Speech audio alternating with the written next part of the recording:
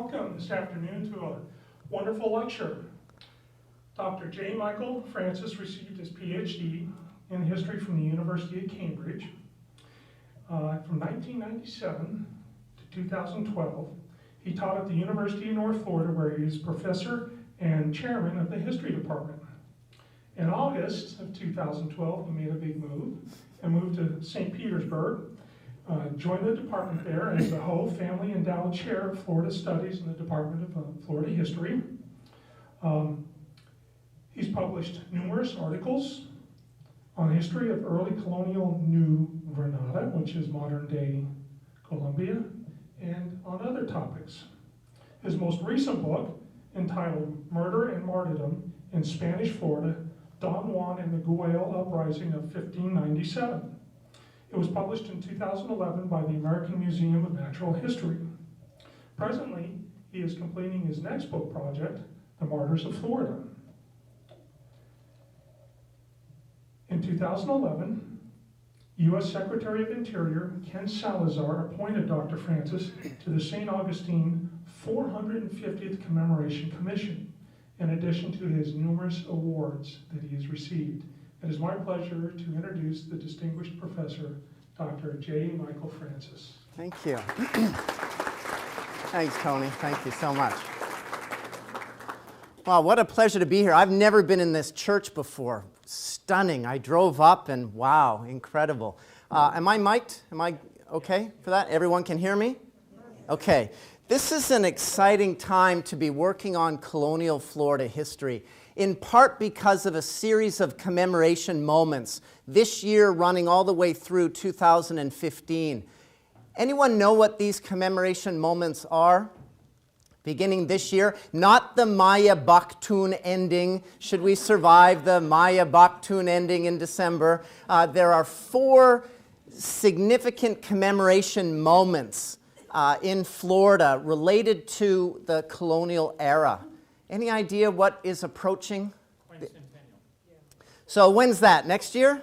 Yeah, March 2013. Okay, next year Florida will commemorate the 500-year anniversary of Juan Ponce de Leon's first voyage to Florida and the naming of La Florida. Any others? Anniversary of St. Augustine's founding? Yeah. When is St. Augustine's? 1565. 2015. St. Augustine will commemorate 450 years since its foundation. 2 others. See, the poor French always get ignored in these commemoration. Fort Caroline will commemorate its 450th commemoration in 2014. And this year, 2012, the French are also commemorating Jean Ribault's first voyage to Florida and the establishment of what later became Florida's capital for 20 years. Any idea where Florida's capital city between 1566 and 1586 was located? Paris Island, South Carolina. And that's where Menendez believed he would launch his expeditions into the interior, and that's a subject of a different discussion. But as we get closer to these commemoration moments, I continue to hear around the state and around the country, especially politicians, claim, boast, celebrate, we're going to tell Florida's story. We're going to share with the nation Florida's colonial past. And sometimes I'm tempted to pose the question, which story? Whose story are we going to tell? And what is that story exactly? And the reason I'm tempted to pose that question is when I teach my colonial Florida course, I open the class by asking the students how many people they can name who lived in Florida between 1513 and 1763. The record is 5. So what's the story? What, if anything, unfolds between 1513 and 1763 that merits national attention, that merits perhaps a film made out of it. It still remains quite shocking that there's not a feature film that chronicles some episode of colonial Florida's past. So today I thought I'd run through a little bit of what those stories might be, beginning perhaps with the most famous of them all. Is this familiar to any of you? Whoop, it disappeared. No? I think if we lived in Texas or California or Virginia, this would be familiar to anybody if, in fact, these commemorations had to do with those regions. This is Juan Ponce de Leon's signature. It's a beautiful signature. In fact, this in 16th century handwriting, you see the J here, the U, and the O raised above it is shorthand for Juan. And then you have the P here, the O, and then a C with a cedilla underneath it, like in French, and an E, and the line above it signifies its shorthand and that it's replacing the letter N. So that's Ponce, and then the D-E and L-E-O, and another line above the O. Honestly, if this were Virginia's 400th, it would be on lunch boxes, T-shirts, pencils. I was on a panel with the governor last summer in Madrid, and I said, I'm stunned nobody has tried to market this. And then he said, oh, wait, and I thought, oh, I should have done this myself. I could retire and focus on research. But this is Juan Ponce de Leon's signature. Oh, sorry. And this happens to be the church, the 12th century church in a small town in northern Spain called Sant Gervas de Campos. Sant Gervas de Campos was Ponce de Leon's hometown. This is the church in which he was baptized when he was born. Total population of Sant Gervas de Campos, 65. So if you're interested in visiting Ponce de Leon's hometown, I just got back from leading a group with the Florida Humanities Council, and one of our stops was Sant Gervas de Campos, and we'll go back in March to visit again as we try to piece together some of the historical ties between Spain and Florida. And in fact, I thought this would be a big deal. I had no idea we would be in a room with a direct descendant of Juan Ponce de Leon. Here's a second direct descendant of Juan Ponce de Leon's family. In fact, there are a handful of individuals still in Sant Gervas de Campos who are descendants of Juan Ponce de Leon's family. And this is just one of them here. So where do we begin with Ponce? So much of the story is shrouded in myth and mystery. In fact, Juan Ponce de Leon is in some ways similar to a Christopher Columbus figure. Everybody knows the name, yet he remains a rather enigmatic character. We really don't know a great deal about him, especially his early life. And I think this is a good place perhaps to begin in terms of reconstructing a narrative, because this is still so much part of the popular imagination associated with Ponce de Leon. How many of you have been to this site? Nice. See, I drink the water daily. I'm about to turn 97. And this, of course, is the Fountain of Youth Park in St. Augustine. And this used to be the sign that greeted visitors. They removed the sign about 2 months ago. I received a phone call from the people at the park. I work with them quite often. And they said, stop talking about our sign now. We took it down. And I said, please tell me you did not destroy that sign. And they said, no, no, no. I said, because you have to use this in a future exhibit about how Ponce de Leon has been reinvented over time, and how so much of what we know, in fact, is based on myth and not on reality. While the sign that greeted visitors when you went to this park, this of course was a park that in the days of Flagler and the emergence of St. Augustine as a colonial town, inhabitants wanted to imagine what a 16th century community would have looked like. And so they connected the St. Augustine's early history, this imagined history, with Ponce de Leon and St. Augustine. And the sign opens with this very odd statement. This is North America's first historic site. Now, there are so many problems with that statement. You just want to take a black marker and just very quietly erase the statement, but we'll ignore that and say, okay, we can move on from that statement. And it says, the ancient Indian town Saloy.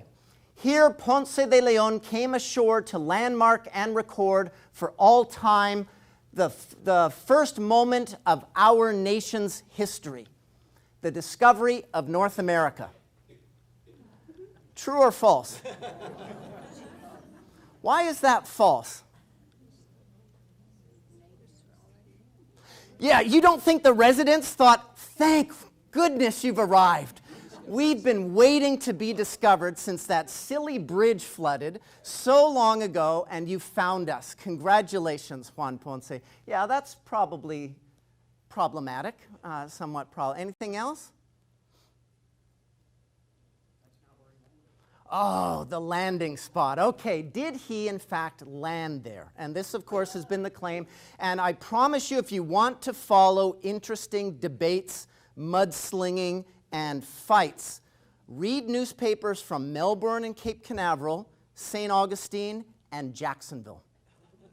The fight is brewing. And in all of those newspapers, they're all claiming to have the first landing spot. And so one after another, they want to build bigger statues so that one statue can smash the other statue. This one is somewhat problematic, of course, and historians are notorious for being rather nitpicky characters, but Ponce de Leon wouldn't have looked anything like this. Europeans didn't wear this kind of helmet until the middle of the 16th century, but we can ignore that. That's not so significant.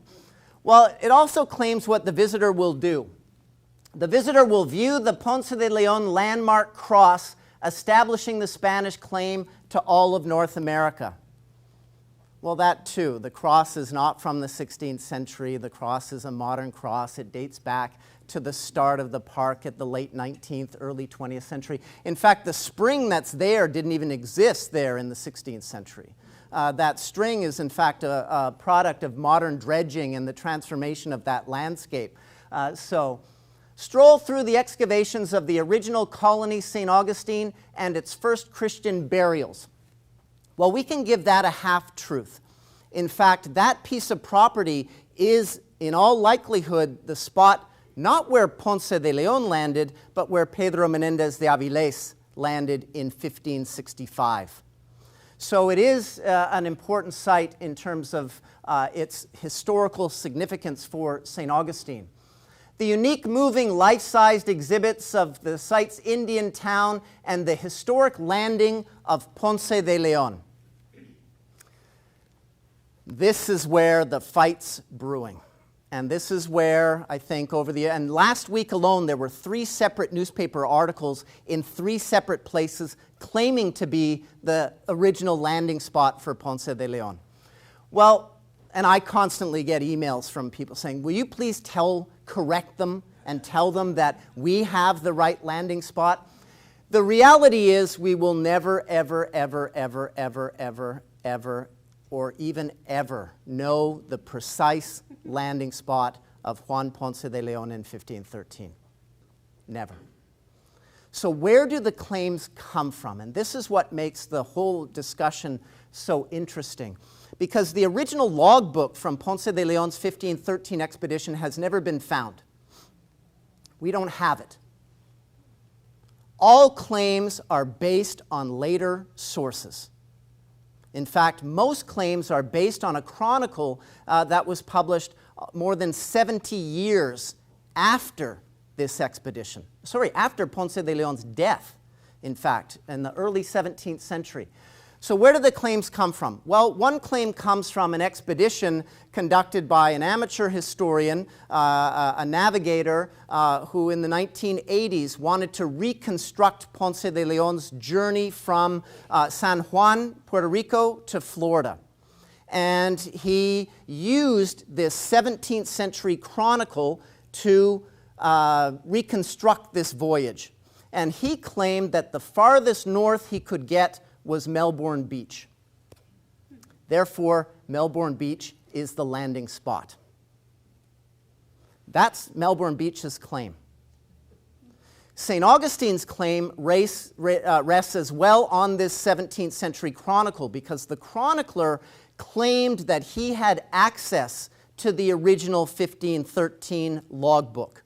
And he said that the logbook recorded that Ponce de Leon landed at 30 degrees 8 minutes. Ponte Vedra Beach, just south of Ponte Vedra, in fact. And so in the mail, every couple of months, I get little buttons, 30 degrees, 8 minutes. Please wear this button when you give talks so that people know that this is exactly where Ponce de Leon landed. And then, of course, St. Augustine's claim, which is the oldest claim in all of in the entire story, rests on the fact that it says it had always been the site of Ponce de Leon's landing. From the time that this park was invented at the end of the 19th century, it's claimed to be Ponce de Leon's landing spot. So those are the three arguments, and those are the arguments that continue to go back and forth between the different regions. And sometimes you wonder, does it really matter? Does it really matter where he landed? We don't know. In fact, you could probably place him somewhere between Melbourne Beach and Ponte Vedra, and no one can provide conclusive evidence to prove otherwise. But likewise, no one can prove that Ponce de Leon landed anywhere. It rests on very suspect and questionable evidence. And I hope that when we get closer to these commemoration moments, we don't spend the time arguing about landing spots.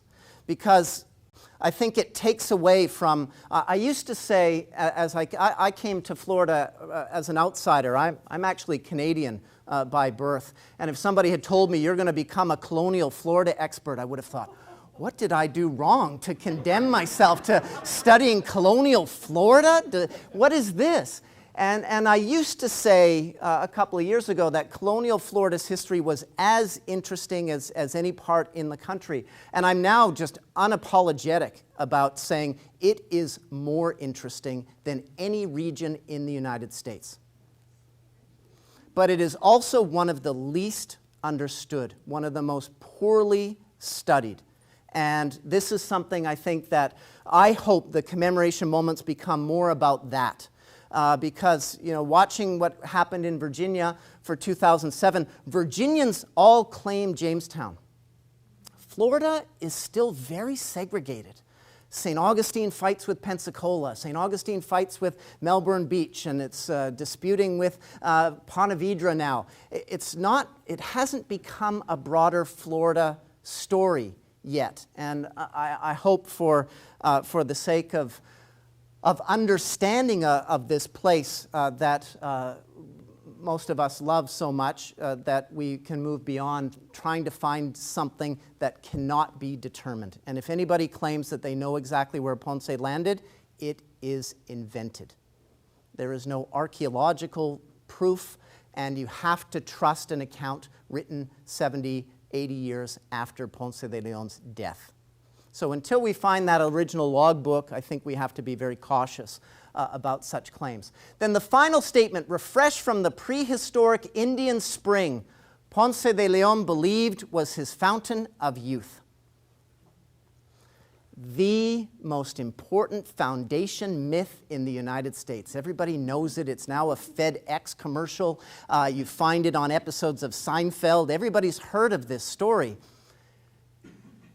Is this statement true? No. Yeah, he's asking the question. It can't be true.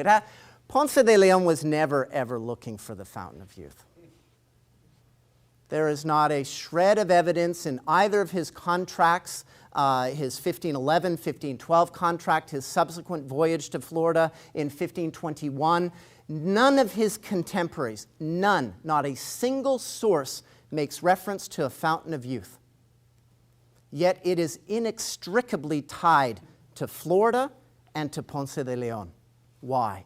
Now, I don't advocate getting rid of it. I love it. I think it's one of the greatest foundation myths anywhere. And it's not that unusual to think of somebody looking for a magical spring of some kind. You can still get prescriptions in parts of Europe and other places to go to the spa, to drink the magical mineral waters, and to sit in these waters because they make you feel better. Well, this is the same notion. Where does it come from, and how does it become tied to Ponce? Well, it begins really, the first reference to it in the Americas comes from a chronicle written by an Italian humanist named Peter Martyr. And Peter Martyr stated in his chronicle that he had heard rumors, he never traveled in the Americas, but he had heard rumors of a magical spring that if you bathed in it, it had nothing to do with drinking, you bathe in the water and you combine that with a certain diet, it will restore health. And that this spring was located something like 270 leagues away from Hispaniola. In other words, nowhere near where Ponce de Leon was looking. And he doesn't connect it to Ponce de Leon. The first connection to Ponce de Leon comes in probably the greatest Spanish chronicle of the 16th century, a chronicle written by a guy named Oviedo, Menendez de Oviedo. And Oviedo was not fond of the Ponce family. He was not fond of the disputes that the Ponce family had had with the Columbus family in Puerto Rico, and consequently, Ponce became somewhat vilified in this chronicle.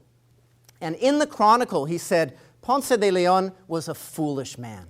He was a credulous, bit of an imbecile, really. And he spent his entire fortune and ultimately his life on a silly quest looking for a fountain of youth. Now, of course, he published this work 14 years after Ponce de Leon was dead. So Ponce can't defend himself. He said that he was looking for this spring in part to cure his impotence. And so what it is really an account that makes fun of a man long after his death for something he was never looking for.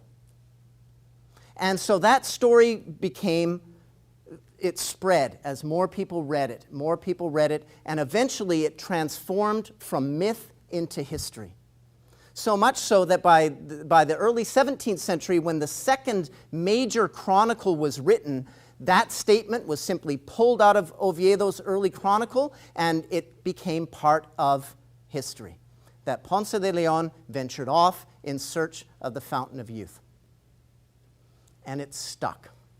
And I still see it sometimes in textbooks, that Ponce de Leon went to Florida in search of the fountain of youth, and he didn't. It's one of the great myths of early Florida history. But strikingly, it's still, I think, the most profound narrative. When I give teacher workshops, most of the teachers say it's in the textbook. It's still there. People still write about it. And in fact, it is an invention. So how do we get beyond that? Where do we go beyond that if so much is myth? Well, I just wanted to give you a brief overview of some of the major expeditions into Florida. And one of the things to remember, after Ponce de Leon names La Florida in 1513, there are a whole series of expeditions. And Florida extends. We can't think of Florida within the confines of modern state boundaries. Florida extended from the Tortugas all the way up to the Grand Banks of Newfoundland. That was La Florida. Now, the governor loved it when I said, it's time to reclaim what is rightfully Florida's. He said, I can do that? I said, sure, why not? But I wanted to show some of these expeditions, and they're just not well known. Early expeditions into the Gulf of Mexico, all the way around the Gulf of Mexico, led to a map like this. This is a map that dates back to 1519. And here you have Florida, and the text says, this is Florida that used to be called Bimini, that was discovered by Juan Ponce. And then the text up here says, these are the limits of Ponce's governorship. So all of this was Ponce's. And then here are other claims to other Spaniards. This is the same year that Hernando Cortés led an expedition into the interior of Mexico that led to the conquest of the Aztec Empire. And here we have Florida, one of the earliest representations. There are earlier representations than this, but this is one of the earlier ones. Look at the size of Cuba. Any idea what this island is here? Might be Jamaica, not Jamaica. It gives us a wonderful window into how people conceived of space at that time. This is the island of Cozumel. Look at the size of Cozumel. It's almost, you could almost fit it into most of Florida, into Cozumel. Then, of course, Ponce de Leon returned in 1521. You have the Gordillo Quejo, which eventually leads to another expedition and a permanent settlement in either South Carolina or Georgia. We haven't found it yet archaeologically, but there was a permanent settlement there in 1526 on one of the barrier islands. Then, of course, the famous Pánfilo de Narváez expedition and the story that follows with Álvar Núñez Cabeza de Vaca and three others and another straggler named Juan Ortiz, who there were others who survived that expedition, but they embarked, the four embarked on this 8-year quest, which really is worthy of a film. There has been a Spanish-Mexican film, but it's terrible. Somebody needs to do a new film version, a good one. And then in 1549, a colleague of this Dominican friar, this is an image of a friar named Bartolomé de las Casas. Las Casas is probably the most famous Dominican after Dominic himself. And he was a vocal defendant of Indian rights throughout the 16th century. And one of his colleagues wanted to establish a utopian community in Florida, a Dominican community in 1549.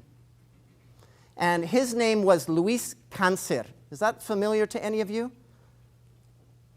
See, again, if he lived in Texas or California, there'd be schools named after him. There'd be a Luis Cáncer Street. There'd be all kinds of recognition. Well, he petitioned for a license to establish a utopian community in the Tampa Bay area in 1549. And on the eve of his voyage in 1548, he wrote a letter to Bartolomé de las Casas. And this is a copy of the letter. And he writes at the top, he said, all of Seville, everybody who lives in Seville, have their eyes on this project. Those who feel God's presence think we're doing a good thing. They think we're doing something right. Everybody else thinks we're going to the slaughterhouse. And of course, within minutes of landing in Tampa Bay, Luis Cáncer was clubbed over the head, spilling his brains on the beach in Tampa Bay, and that ended the Dominican experiment in Florida. And the Dominicans consequently never returned.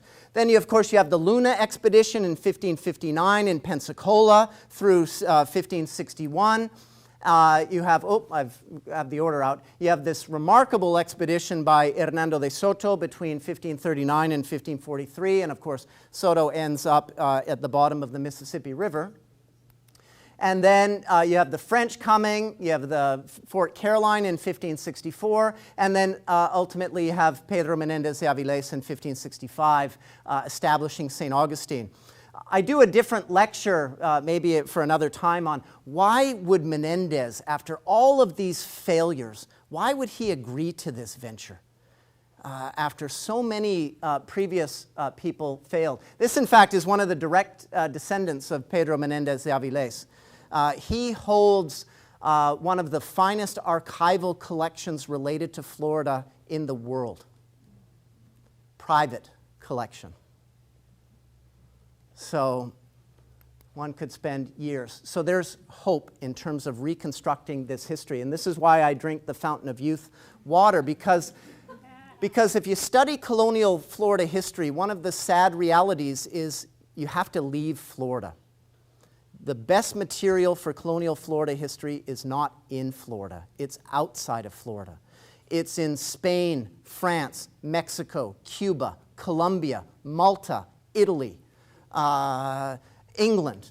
In other words, it's scattered all over the world. And I could spend the rest of my career, drink this water, live to 160, and not come close to reading the material available just for Florida. That gives you a sense of the scale. These are documents here from the Diocesan Archive in St. Augustine. The Diocesan Archive in St. Augustine holds some of the oldest written documents in the United States, not just in Florida. In fact, this document here is older than any document in the National Archives in Washington, D.C.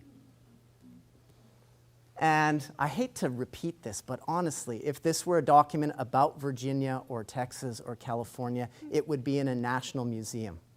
And it would be, people would be aware. We've just started to digitize this entire collection, and early in 2013, all of this material will be available online for free for anybody with internet access. So that's part of what I hope will be important legacy projects for the 500. Well, these documents are a series of baptism and marriage records from 16th century Florida. That was a document from 1594.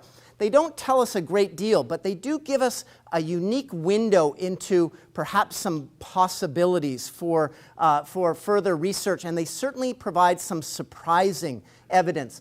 This is one of my favorites. This is a document that dates to 1599. Somebody in his infinite wisdom took a purple marker and wrote the year 1599 on the document. Before in order to preserve it, they shrink wrapped it. So it's actually eating the ink from within. The ink is being destroyed slowly by this shrink wrapping in this archive. These are national treasures, and so they're sitting there, and the aroma is coming up from this from the ink. In any case, this is a document, a marriage record presided over by the parish priest in St. Augustine in 1599. So this is 8 years before Jamestown. The parish priest is a guy by the name of Ricardo Arturo, which seemed like a bit of a strange last name for a Spaniard. And of course, he's not Spanish. Ricardo Arturo, his real name is Richard Arthur. And Richard Arthur is, as far as I can gather, the first Irish parish priest in the United States. So when I go up to New England, I have to be very careful where I park my car when I say the first Irish parish priest was in St. Augustine, Florida, not in New England, because that doesn't sit well up there. Then you get other very curious kinds of documents like this one that dates to 1605. This is a closer image. I wish it gave us more information, but boy, does it raise some questions, because it records the marriage between a man by the name of Simón. And Simón is an esclavo. Any idea what an esclavo is? A slave. This is in the parish church in St. Augustine, 1605, 2 years before Jamestown. Simón the slave is marrying Maria, who is also a slave. Baltasar and Felipe are the godparents, and they're both free blacks. Where does this story fit in a national narrative about the history of slavery in the United States? And one of the things that is abundantly clear when you look at Spanish Florida is that Spanish Florida was different. The story and much of what we talk about in terms of the institution of slavery is rooted in the study of plantation slavery farther to the north.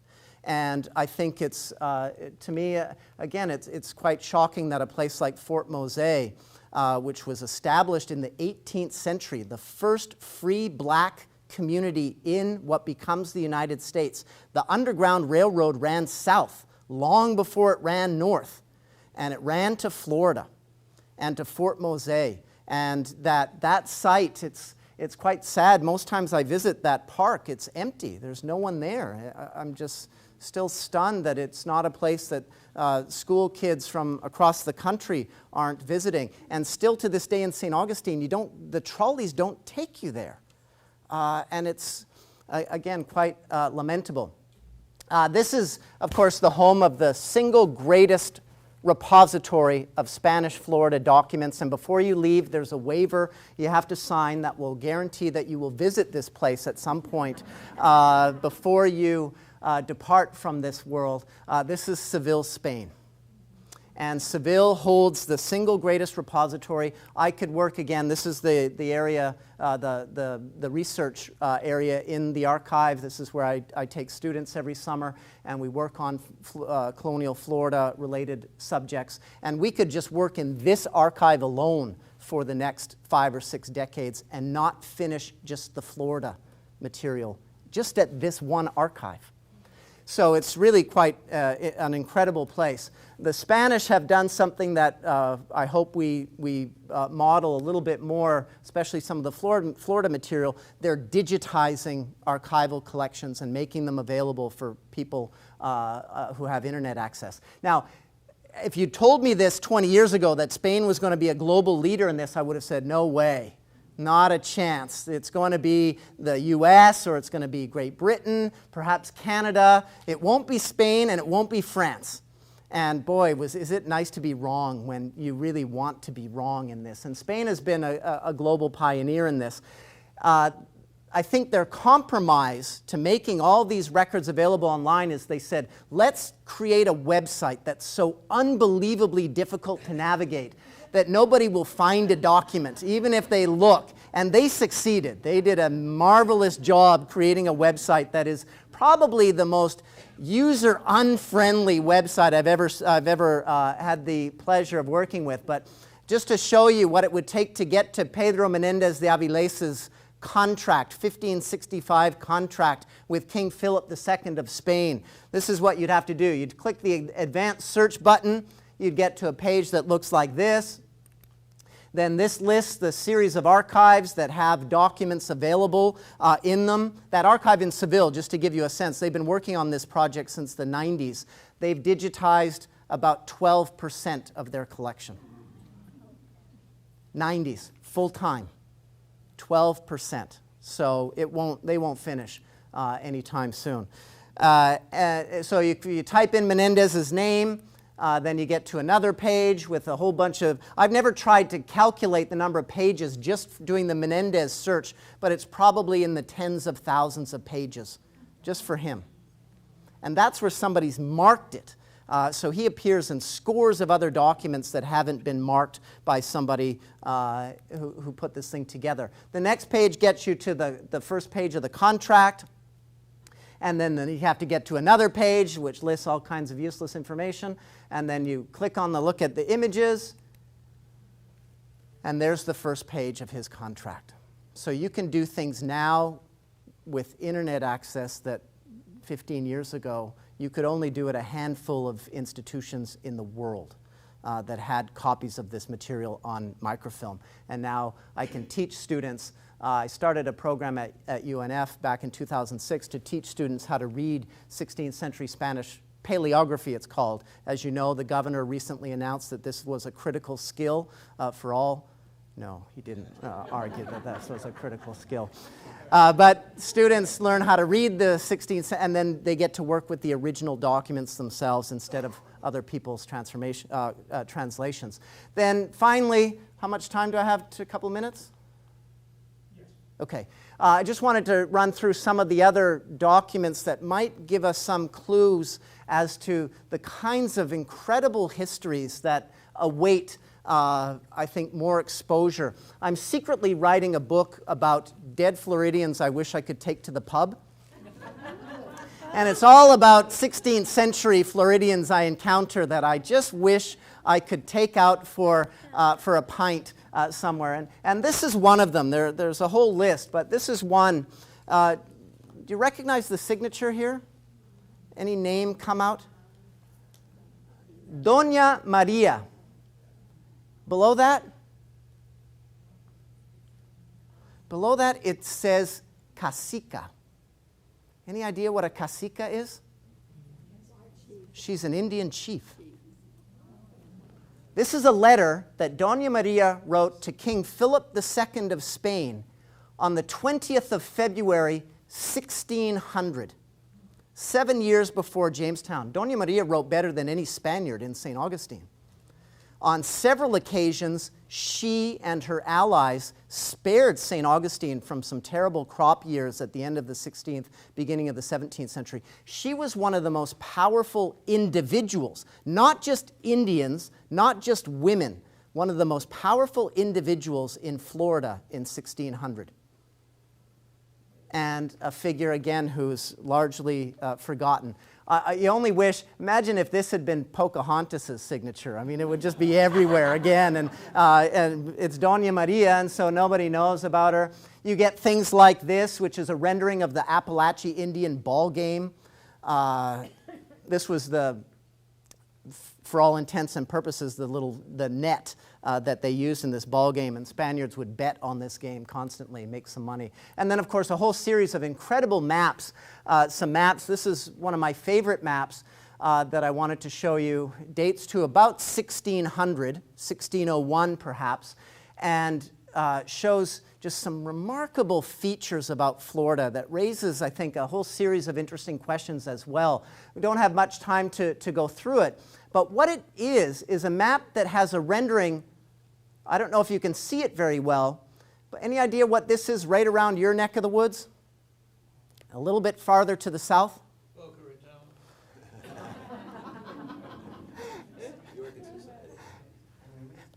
It's close to Miami, but do you see the feature? Do you know what this is? It looks like a flower or an orchid. It's a fort. Now, this fort was never built. But the Spanish crown under Philip III had grown weary of all these troublesome characters in St. Augustine, and he wanted to move Florida's capital to this area, much closer to Havana. And imagine how this would have transformed that whole history of Florida had that fortress had St. Augustine been abandoned. And that was what the plan was, to simply abandon St. Augustine and move the garrison here. But here you have names, for example. These are the Tortugas here. The Keys used to be called the Mártires, the martyrs. Those are the martyr islands. And then you have some names that have survived. This is Cabo de Cañaveral. And so if they want the original name back, they need to put the Ñ back in it. It's not Canaveral, it's Cañaveral. And then, of course, you have St. Augustine and Matanzas and Mosquitos, all the way up to Santa Elena, Paris Island, South Carolina. And if you've ever been on that Marine base on Paris Island, South Carolina, they have found 16th century remains from the French and the Spanish on that site, in addition to a whole series of missions in Georgia. You get maps like this, garrisons from the 1570s in St. Augustine. This is the fort on Paris Island in 1577. This is one of my favorite buildings here. I haven't seen documentary references to it, but this is called the Casa de Mujeres Casadas, the House of the Married Women. And just very quickly, this old map of St. Augustine. And this in some ways, I think, captures a little bit where we are. Last summer, the city archaeologists found some massive post holes in this general vicinity, and artifacts that dated back to the 16th century. So what he probably had were the post holes in one of St. Augustine's wooden forts. That would have been the very first fort found before the building of the Coquina Fort that everybody knows. That Coquina Fort, of course, was built more than 140 years after St. Augustine was founded. So all of the previous forts were wooden forts, and he likely found the post holes for one, and now it's a trolley stop. And there's no sign, you just drive over the old fort, the trolley stop for it. And then finally, just some of the other places. This is the secret Vatican archives in Rome, have Florida documents. This is another archive in Rome at the University of Propaganda Fide, the propagation of the faith, that have 17th century Florida documents. That's the view from the campus. And then, of course, the Jesuits. The first place the Jesuits ever went in Spanish America was Florida. Jesuits had been in Portuguese Brazil before that, but the first place the Jesuits went in Spanish America was Florida. And that experiment ended, of course, at the end of 1571 when all of the remaining Jesuits were slaughtered at a mission called Hakan. Any idea where Hakan is?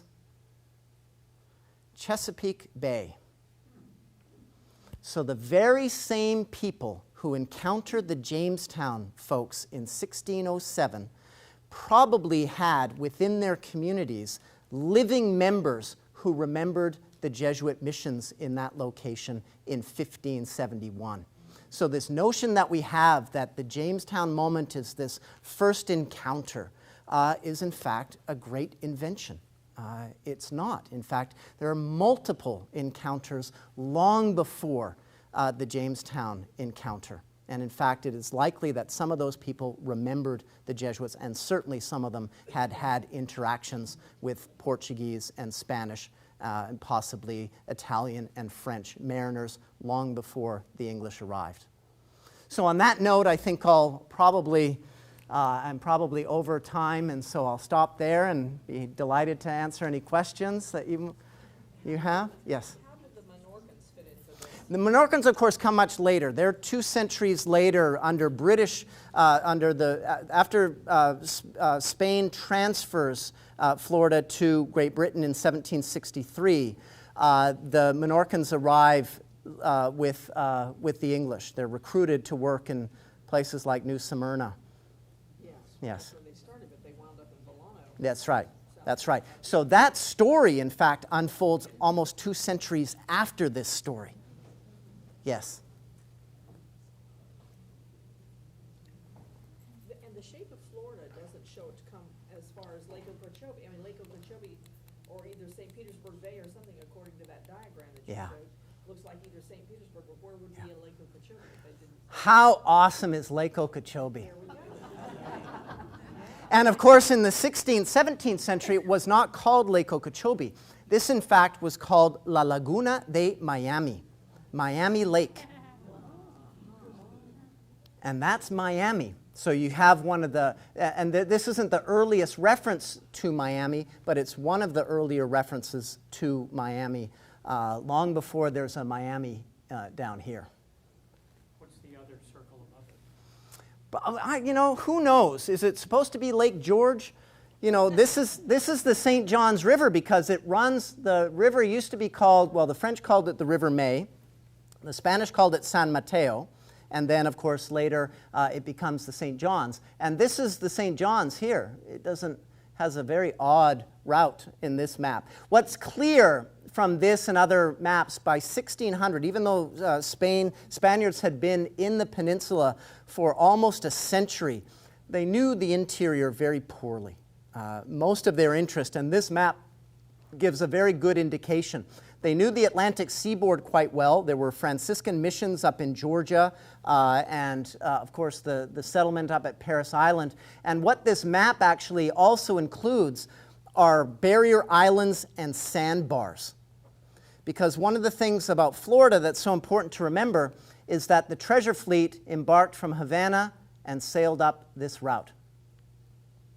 And what you didn't want to run into was what, in fact, a lot of sailors ran into in the 16th, 17th, and 18th centuries, and that was sandbars or reefs. And so look how dangerous this area in the Bahamas is. It's a no-go zone. But here are a whole series of sandbars and barrier islands up the coast. And this is one of the reasons Florida is so central for the Crown. The Spanish Crown spends more maintaining Florida than it does any other colony in the Americas in the colonial period. Florida matters. And we have this sense that it was a miserable place. Oh, it's an awful place. I showed very briefly this statement about Florida. If I can. Yeah, it wasn't good for him. And it wasn't good for Soto and some of the other. No, it was the Tocobaga. And so this is the common view I think most people have of colonial Florida, colonial St. Augustine. Tony Horowitz's statement that it was a precarious outpost beset by mutinies, pirate raids, plague, fires, Indian hostility, and other woes. I tried to get St. Augustine to use this as their tourist pitch for the 450th. I said, this is what you want to do. You know, it's plagued by all these things. Come visit. And this is the popular sense. The reality is St. Augustine is very rarely attacked by pirates. Very, very rarely. There are some fires, certainly. Is it the most miserable place to be? And that's the sense you get from much of the literature. One of the things when I first started doing research into Florida, one of the things that surprised me was every single governor I encountered in reading the governor's correspondence from the 16th century, every single one, without exception, said, I would love to have an extension. Every one of them in other letters said, this is the worst place on the planet, there is nothing to eat, please send stuff. It would be like the college student writing home saying, I think I have quite enough family support. In fact, I have some surplus this month I'd like to send back to you. How often does that happen? And it certainly didn't happen in Florida. And the correspondents, they constantly complain about it, but at the same time, they want to stay. And there are reasons for it. There are advantages to being in Florida. It's not this miserable, precarious outpost that it's so often described as being. Not colonial question, but we have our own story about Palm Beach, Providencia, the drunk captain, and the coconuts. The Providencia, the drunk captain, and the coconuts. I like this already. Someone is going to go out to the pub list. I don't know this story. It's called Palm Beach. Yeah. Ah, well, you'll have to tell me the full version of this tale. I know we want to keep it in the textbook. Yeah, no, but no. Afterwards, I want to hear the version of this tale. Yes, there are a lot. One of the things that's clear as I go around the state is I think there's a real interest in Florida history. I think this is a unique time, and we have some opportunities, I think, to make it beyond Disney World and beaches and modern tourism and bad elections. I think it is. I think once the history is better known, it is a remarkable history. It really is. Yes. Well, for different purposes. It depends who you ask. For the Crown, Florida was central because of that strategic location. So the Crown had been wanting people to settle permanently from Ponce de Leon's days forward. It wanted Soto to settle permanently, wanted Luna to settle permanently. It wanted a permanent settlement to protect this, because the treasure fleets, of course, were moving from South America and from Mexico. They would meet in Havana, and the fleet would then sail together and follow this route. The Crown wanted permanent settlement, but of course the Crown had to get somebody to agree to this. So Menendez said, what's in it for me? And Menendez in 1565 receives one of the greatest contracts since Columbus's contract in 1492. Columbus received an incredible contract. Now, of course, the Crown didn't abide by the contract. Had it abided by the contract, Columbus and his descendants would have been the wealthiest people in human history. I mean, Bill Gates would have looked like a pauper compared to Columbus, had the Crown honored that agreement. But what the Crown giveth, the Crown taketh away. And the same thing with Menendez. Menendez himself wanted to go to Florida. He had a different vision in part. And Menendez believed, if I can just quickly get to this, I'll show you. One of the things that's important to recognize, there's Menendez. Sorry. This is what Menendez does in the first 3 years of arriving in Florida. Now, of course, he had contract, under his contract, he was only supposed to establish 3 towns. What the heck is he doing in Tennessee and North Carolina? Of course, this is all Florida here. And the contract is truly a remarkable contract that he receives. Well, what Menendez is really interested in is this place, Zacatecas. Any idea why Zacatecas would be so appealing to Menendez? Not gold, silver. The great Mexican silver mine. And under that contract, Menendez moved to establish garrisons in the interior. What happens, or what would happen, if the silver, instead of having to go all the way down to Veracruz, then to Havana, then up the Florida Straits back to Spain? What would happen if it could go this way? Back to Parris Island, South Carolina, and back to Spain. Menendez stood to become one of the most wealthy and influential individuals of the day. And so this is often forgotten in the story. It's usually told as, well, Menendez hated Protestants, so he wanted to go and kill some French people. The reality is, it's a much more complicated story than that, and it involves the expectations that Menendez had when he signed that contract. And he signed it before the Crown even knew the French were there. So the French have nothing to do with this original contract. Nothing. So on that note, I'm probably on the... Thank you. Thank you. Thank you very much. Thank you. Appreciate it. Thank you. Thank you.